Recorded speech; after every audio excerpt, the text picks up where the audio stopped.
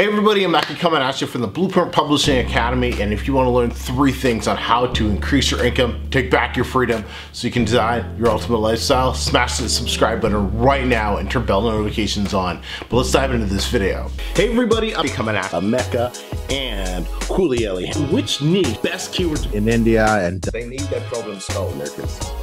Why not? Range Rover Sport Supercharged.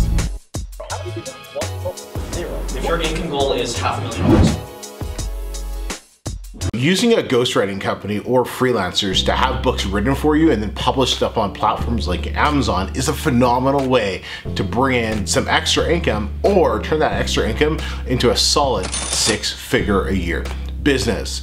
So in this video, I want to talk and give you a couple pointers on one of the most important parts of when ordering your book, and that is your outline. Your outline essentially tells the writer what you want the book to be about, how the tone of the book, how long you want the book, the information you want in the book, and more importantly sometimes the information you don't want in the book. Where do you find this information? Well, that's all done through your research, reading reviews, market research, customer research. That's what you have to do beforehand so you can go and put together this 1 to 2 page document and submit it every time you order a book. So I have 5 things that you want to keep in mind when you're creating an outline for your book. The very first thing is the tone of the book. Is your pen name or your author name, is it going to be a male or female tone? Who is your reader? Are they males or are they females? You want to make sure that the writer is speaking to that individual or to that demographic. Is the book going to be on a slightly more advanced or on more of a beginner topic?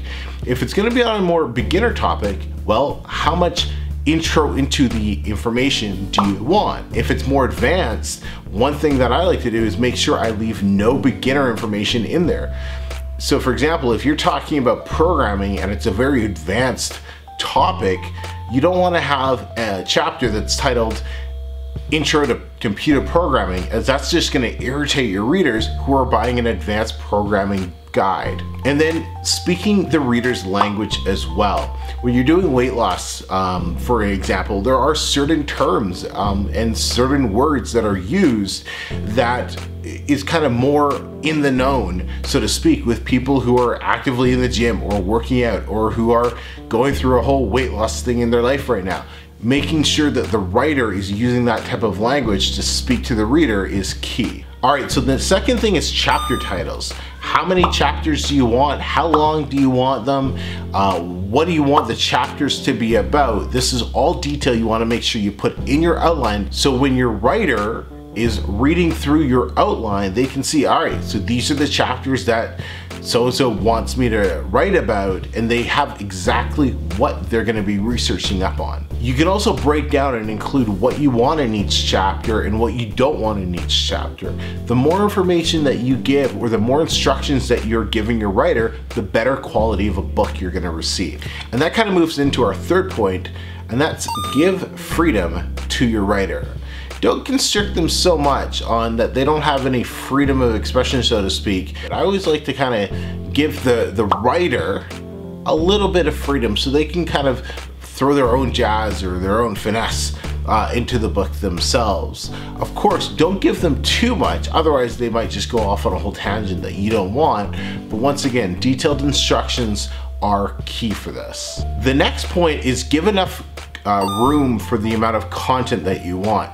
If you're doing a 10,000 word book, you don't expect them to put a ton of information inside that book.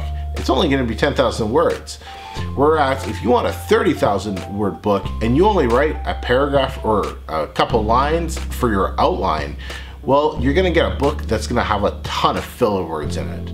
So making sure that you're giving adequate information based on the length of your book is going to ensure you're going to get a quality book back that you're going to be happy. Thus, your readers are going to be happy reading it. And one of the most important things is what not to include in the book. Too many people often write everything that they want in the book, but they forget about the things that they don't want included in the book. Going through all the negative reviews in your niche and finding the patterns that people are saying and it's like, yeah, this book kept talking about this, I don't want to learn about this, whatever the case is, and making sure that the writer does not include that type of information in your book is key to getting some glowing 5-star reviews. Hey, if you want one of the best writing services available for ghostwriters, make sure you check the link down below for the Urban Writers. I even gave you a coupon code to help you save a little extra money.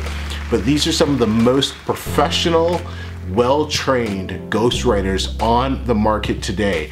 Definitely recommend their services, and you can check out the website. They have a ton of other stuff as well. And if you have any questions or comments, make sure you hit me up in the comment section. Love to connect with you. Until next time, everybody, speak to you soon.